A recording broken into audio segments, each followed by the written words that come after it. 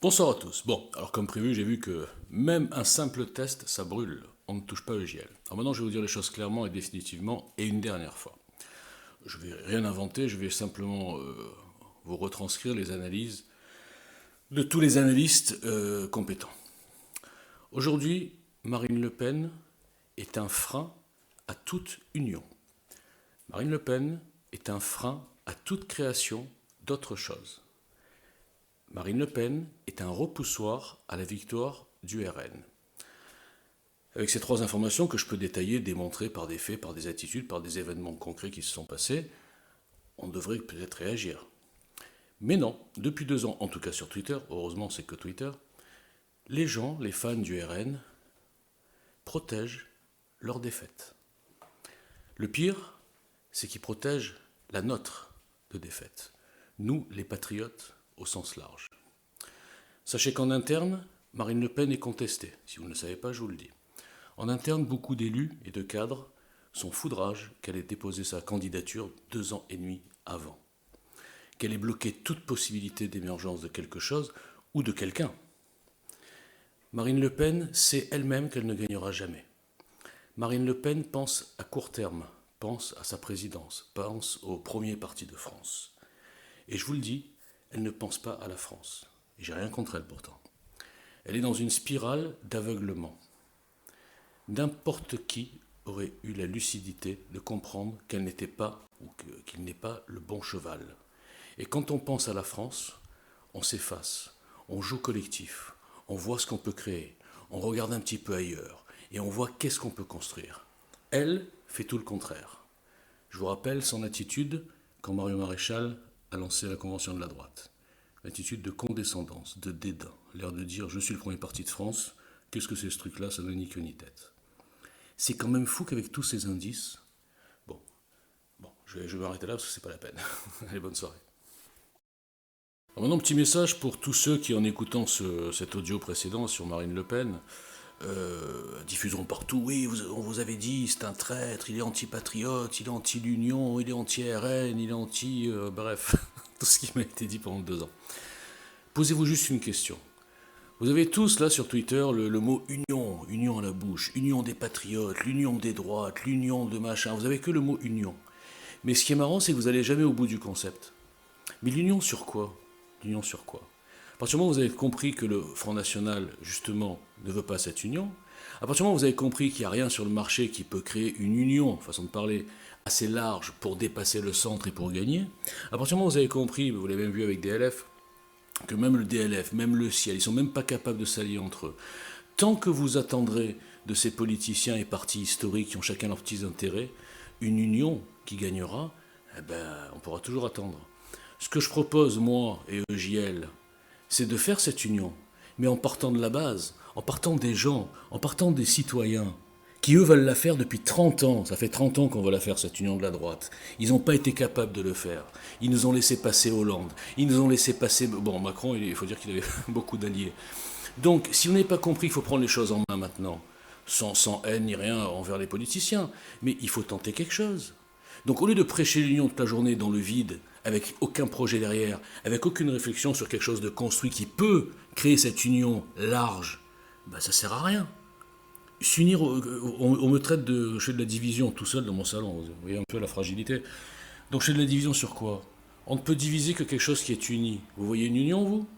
Je divise rien du tout. D'abord, je ne suis personne, mais même en théorie, si j'étais quelqu'un, si le EGL existait, je ne divise personne. Là, je vous parle comme au café du commerce, vous avez compris, c'est la rubrique. Hein. Bon. Donc, on ne peut pas diviser quelque chose qui n'est pas uni. Il n'y a aucune union actuellement. Et pourquoi? Parce qu'elle est impossible.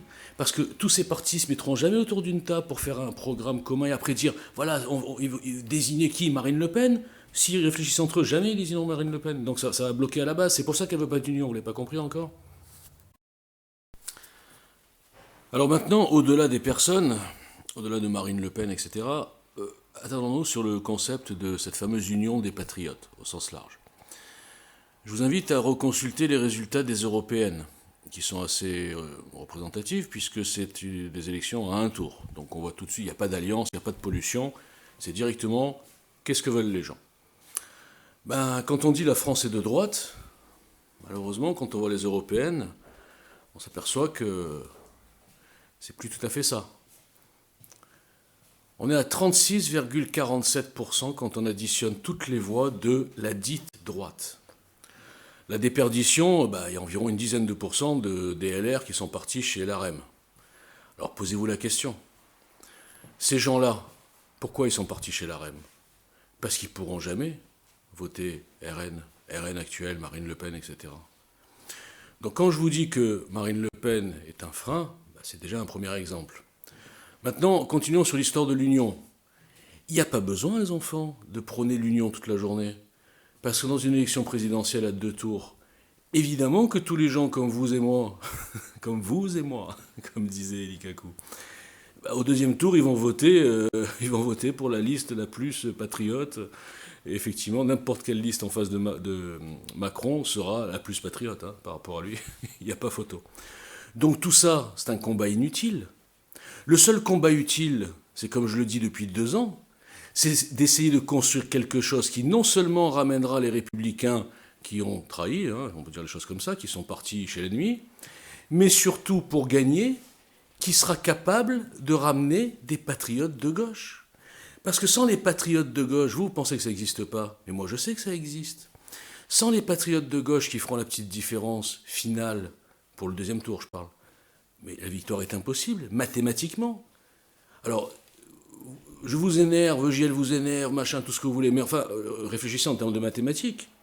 Il n'y a pas d'autre solution que de construire quelque chose qui peut rassembler. Pour terminer cette démonstration en 3 points qui résume assez bien l'action que j'ai avec EJL depuis 2 ans, dans un contexte de rejet général, d'insultes, de cabale, enfin tout ce que j'ai subi, je retombe sur mes 3 questions récurrentes, auxquelles personne, et je dis bien personne, n'a donné une demi-réponse, ni en public sur le fil, ni dans les salons dits EJL, ni nulle part. C'est en ça que je compare les moutons et les autruches. Vous savez, les moutons, ils savent pas qu'ils vont à l'abattoir. Mais les autruches, c'est pire. Ils savent qu'ils vont à l'abattoir et ils cherchent pas, ils mettent la tête dans le sable. Ils cherchent pas d'autre solution. Alors je vous repose les questions. Quel est votre scénario, réaliste pour une victoire, pour notre victoire en 2022? Deuxième question, en qui et en quoi croyez-vous? En termes de partis ou de politiciens actuellement sur le marché? Et en 4, en quoi êtes-vous utile sur Twitter pour ce but commun, la libération en 2022? En quoi êtes-vous utile sur Twitter en simplement diffusant des articles, commentant des choses qu'on a tous compris, en nous rappelant les dangers de Macron, les dangers de l'islam, les dangers de l'Europe, les dangers du globalisme, du progressisme, etc. En quoi est-ce utile de tourner en boucle entre nous qu'avec des gens qui sont d'accord et qui ne construisent rien, ni en termes de solutions, ni en termes de nouveaux, électeurs? Voilà les 3 questions simples que je pose depuis 2 ans et qui m'ont valu toutes les bouderies, toutes les insultes, toutes les accusations délirantes de pro-Macron, je sais pas quoi, d'antipatriotes, de diviseurs, et toutes ces bêtises depuis 2 ans que j'ai supportées avec peu de sang-froid, c'est vrai. Voilà. Est-ce que quelqu'un est capable de répondre à ces 3 questions? Voilà. Merci.